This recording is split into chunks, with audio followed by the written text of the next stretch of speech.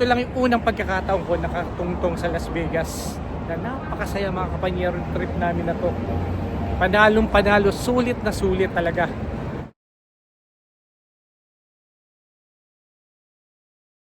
Lalakad-lakad lang tayo. Ngayong walang ilaw, tapos mamayang gabi, babalik ulit tayo dito sa area na to para maglakad-lakad. Ngayon, ang gagawin lang natin mga kapanyero dahil nga gusto mag-shopping nitong ating mga kasama. Maghahanap lang tayo, mamimili lang tayo, maglalakad-lakad tayo sa area dito. Share lang. Napakasaya ng trip namin na to. Talagang Las Vegas na Las Vegas na. Nakita nyo naman to. Oh. As mamaya kung may pagkakataon makasakay tayo dyan para makita natin yung buong kapaligiran ng Las Vegas. Tatry natin pero hindi pa natin alam kung makakakuha tayo ng ticket. Diba? So ayan mga kapanyero, nandito tayo sa pinaka-sentro, di pa nandito tayo sa pinaka-downtown ng Las Vegas. Ayan no. Grabe, ang ganda rito.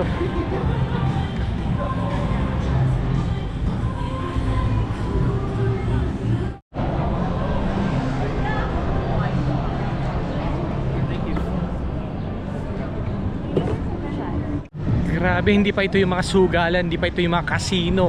Parang nandito pa lang tayo sa mga pasyalan, sa mga kainan dito sa loob ng Las Vegas downtown ito. Diba?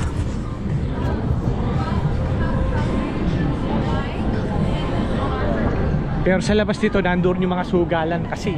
Yung mga kasinong malalaki, diba? Ito. Flamingo.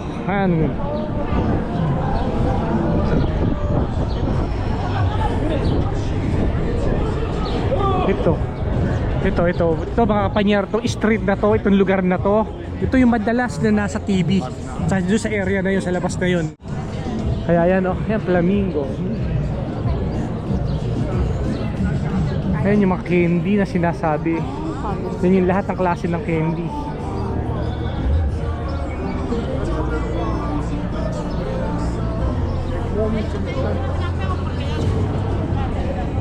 Itong street na to mga kapanyero, yung lalabasan natin, yan yung Las Vegas Boulevard. Ayun, nakasulat. Nakasulat. Grabe, ang ganda naman dito. Pero ano, ang lamig pa rin, ang lamig ngayon.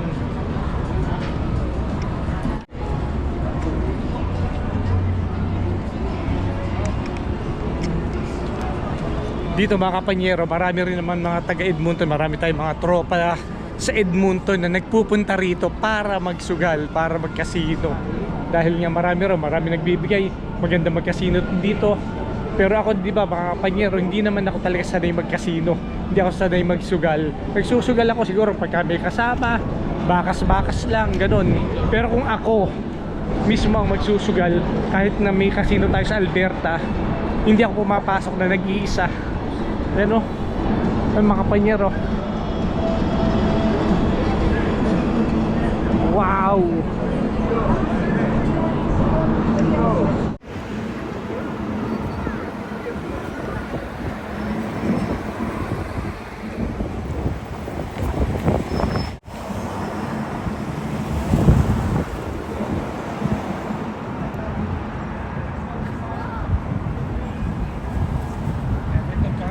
Ito mga kapanyero, ang Las Vegas Boulevard. Ito, itong kahabaan na to. Dito tayo maglalakad. Dito yung napakaganda ng ilaw pagkagabi dito sa area na to.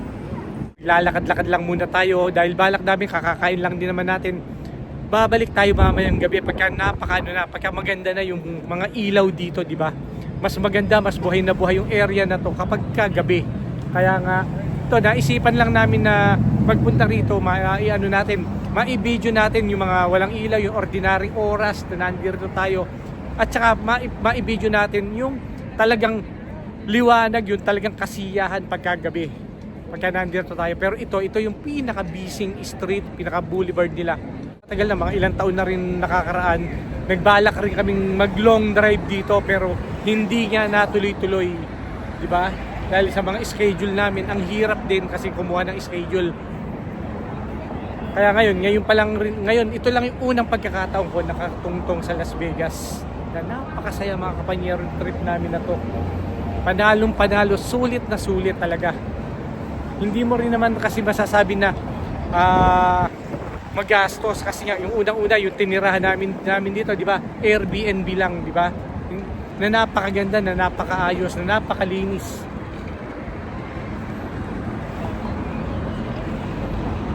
Kaya yan, share lang mga kapatid. Kung nasaan tayo. Napakaingay, napakadaming tao ngayon dito mga kapanyero. Siyempre mga karamihan dito, mga nagpupunta mga turista, isa lang naman ang mga pinupuntahan nila, di ba? Casino. Yan. Mga high roller na mga manunugal ang mga nandirito. Siyempre yan, mga tulog pa ngayon yon.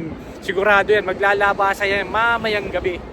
Ang daming tao rito mga kapanyero. Umalis muna tayo sa lugar natin para hindi tayo nakaharang at baka bigla akong mapatukan. Oy, umalis ka dyan, salita ka ng salita. Ayan, dito muna tayo sa medyo maluwag. Ayan, kung makikita nyo rito sa likuran ko, ayan, di ba? Ganda. Mamayang gabi tayo maglalakad-lakad para mas masaya, di ba? Mas maano rito, mas buhay na buhay ang Las Vegas pagkagabi. Kumbaga dito, yung mga naglalakad-lakad dito na katulad natin, medyo matamlay pa, medyo palakad-lakad lang, mababagal lang ang mga lakaran, pero mamayang gabi raw ang talagang kasiyahan dito.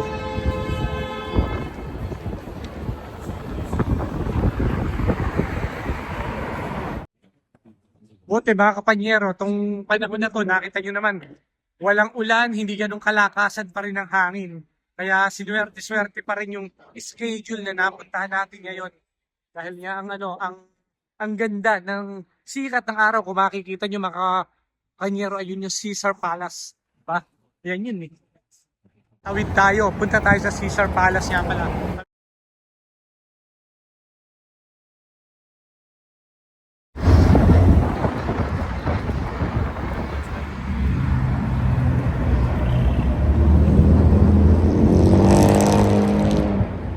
Ito ang sign talaga ng Caesar Palace. Itong may tubig na to, itong park na to, di ba? Ayan mga kapanyero, di ba? Para tayo rito, group picture tayo rito, ang ganda Ay, yung kabila mga kapanyero, ayan Grabe, Benicia na yun, doon pala yun. Kapanyero, share lang kung nasan tayo ngayon. Napakasayang Las Vegas dito, pero ang lamig pa rin mga kapanyero, malamig pa rin dito. Ayan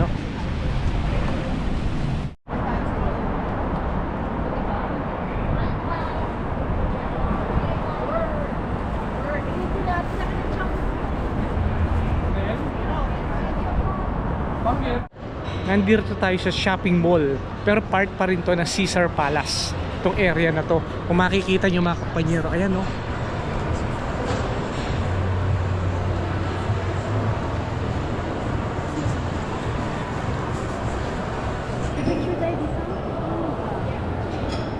parang nakakalula mga kapanyero. Nakita nyo naman ayan, ang galing, di ba?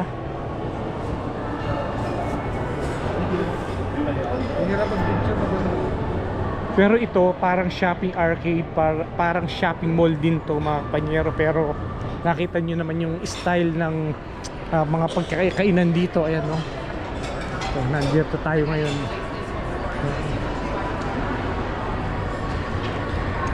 Kaya mga kapanyero, isineshare ko lang to kung nasan tayo. Isineshare ko lang rin to yung mga napupuntahan natin, di ba?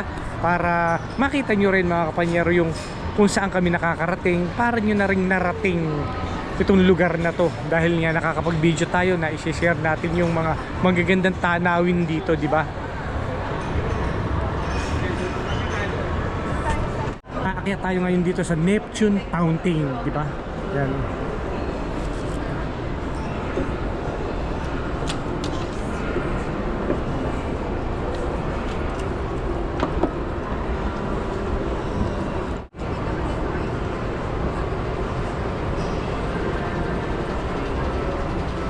Paikot lang siya ng paikot paikot ng paikot hanggang makarating sa taas. Dito marami rin ditong mabibilan, ayan tulad dito, mga sombrero. Ayan. Pero ang hindi ko lang rin alam kung ang price ba nito is the same sa labas. Syempre, medyo mataas dito, di ba? Pero hindi rin ako sigurado, di ba? Pero sa tingin ko, parang mataas ang presyuhan dito kasi sa mga pagkain, sa mga style, sa style ng mga tindahan nila rito, napakagaganda. Ayan mo.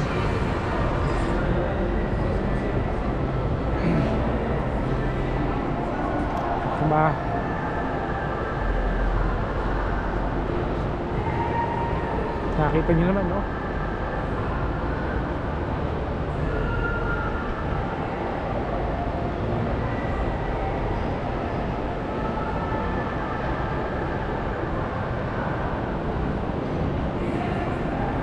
Galing, ganda. Maglakad-lakad ka lang rito na maaaliw ka na talaga, mawawala ang stress mo rito sa buhay. Ito, marami rin dito mga kapanyero, mga souvenir shop, di ba? Ayan, tulad nito, Magnet Maximus. Ayan, oh. Mga souvenir shop. Ayan.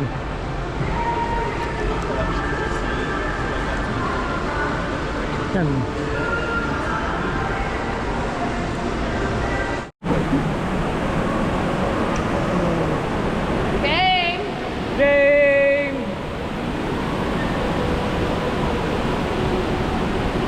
Umiikot ka naman. Ay, bakit? Diba? Ayun. Ganda, yan mga kapanyero sa taas. Gabi na. Gabi na rito. Baka meron na hinahanap ko sa dulo. Uy, Tumi! Ano? Tumi! Ay, grabe, ang ganda.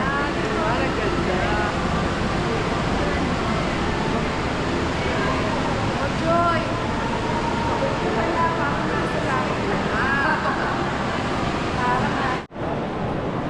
Wala, speechless tayo rito mga kapanyero. Hindi pa rin ako makapagsalita kung ano sasabihin ko. Panoorin nyo na lang, panoorin nyo na lang ng panoorin mga kapanyero. Kung bago ka lang sa ating channel, huwag nyo naman kalimutan mag-subscribe. Pindot naman ang ating subscribe button para suporta sa ating channel. Ayun din mga kapanyero, masubaybayan nyo yung ang adventure natin sa Las Vegas, Nevada, di ba? Ayan. Ito ang isa sa mga matitinding ano rito, ayan mga kapanyero, ayan. Kung makikita nyo, paikot.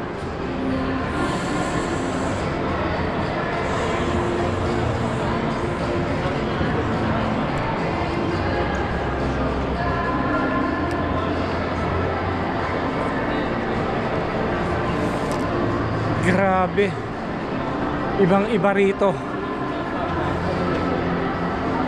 Pero yan, huminto kami kanina sa souvenir shop. Magaganda yung tela niya, magaganda yung design niya ng mga souvenir na pwede, mga magnet na yun yan, yung mga keychain, sweatshirt, cap, mga sombrero.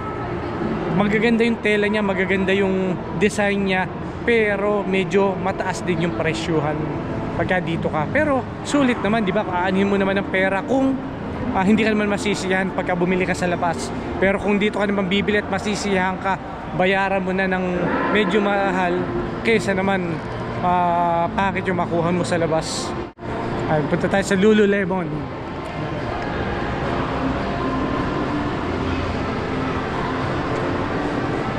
Ito yung gusto kong relo, pero imposible kong mabili. 20,000? 20,000. Oo. Ito. Diba? Batgirl, ayun, no? Tapos lang, Ito Batman. Ay, ito. Siguro kung tatama tayo sa loto, pwede kong bumili nito. Pero kung ordinary lang tayong empleyado, kasi gusto ko pang bumili ng bahay kaysa dito. O kaya kotse. Kotse na lang, mas magagamit mo pa. Yung oras naman, tingnan mo na lang yung orasan mo sa cellphone mo, hindi naman babago yun. Pero kung bahay at kotse, makakapunta ka pa kung saan-saan, kung yun ang bibilin mo, di ba? Kung bahay, makakatulog ka ng komportable, di ba? Kaysa yung ganyang mga klase. Pero hindi ko naman masasabi nga natin, walang basagan ng trip. Kung sino yung mga may gusto ng ganon, sila na lang ang may gusto. Pero ako mga kapanyero, hindi ko yata kayang bumili ng ganong presyo ng mga relo. Yun lang ang masasabi ko. Kaya mo bumili nun? Gusto mo bumili ng relong Rolex? Mas hindi rin. practical akong tao. Ay, nakita nyo naman, di ba? Mas practical. Apple Watch lang. Yun. Apple Watch lang, okay na. Pero nakita nyo naman yung presyo, 20 pataas, 20,000 pataas yung mga yun. Hindi na lang. I know. Sige, sige.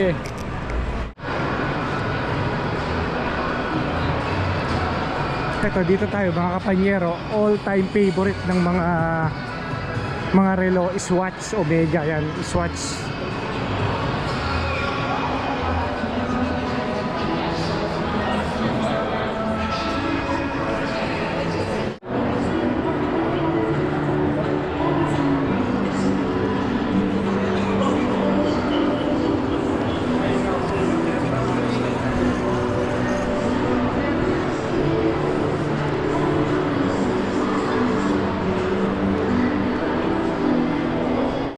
Tara, tuloy-tuloy lang ang lakad natin mga kapanyero hanggang sa makarating tayo rito sa napakagandang Fountain of Gods dito na nasa loob ng Caesar Palace, dito sa shopping center nila. Ayan, no?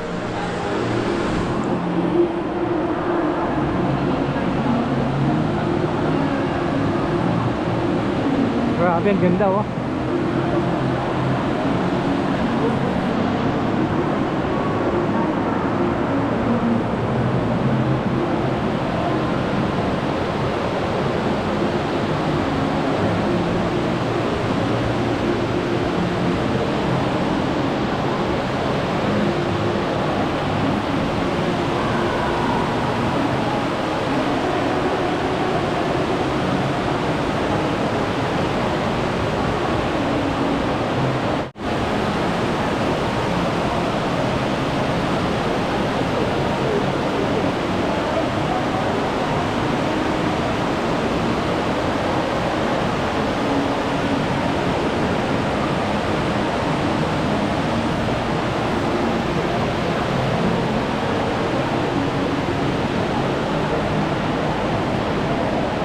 Dito mga kapanyero, kahit wala kang pera dito, maglakad-lakad ka lang, para ka na rin may pera na katulad ko, di ba? Alam niyo naman tayo, wala naman tayong pera. Pero nakakarating naman tayo sa mga ganitong klaseng lugar, di ba? Yung iba nga may pera pero hindi naman sila makaalis-alis, di ba? Kaya sulitin na rin natin mga kapanyero yung buhay natin mga kapanyero, bigyan natin ng time ang sarili natin na makapaglakwatsya na tulad ng ganito. Hindi man sa ganitong lugar, pero sa mga lugar na pwede nyo mapuntahan na kaya nyo makakapag-relax kayo, puntahan nyo na. Siyempre mga kapanyero, bukas, makalawa o sa isang linggo, sa isang taon, di natin alam kung makakapunta pa tayo sa mga lugar na mga gusto natin mapuntahan. Baka bukas magsisi pa tayo. Sana nagpunta na ako sa ganung lugar. Sana, di ba? Kaya nga ito mga kapanyero, sineshare ko sa inyo, hinihikayat ko rin kayo na magbigay rin kayo ng time para sa sarili nyo, hindi yung puro trabaho, di ba? Kaya nga ito tayo ngayon, tumatakas tayo sa lamig ng Alberta, tumatakas tayo sa lamig ng Edmonton para makapamasyal sa ganitong klaseng lugar, di ba? Ayan, tuloy-tuloy lang ang pamamasyal natin. Ito, dito tayo mga kapanyero dito. Ito, may nakita ko rito isang paborito ko. Ito yung isang paborito kong pabango na i-share ko sa inyo. Ito yung ginagamit yung pabango. Ito, tingnan natin kung makakabili tayo. Yan, ito.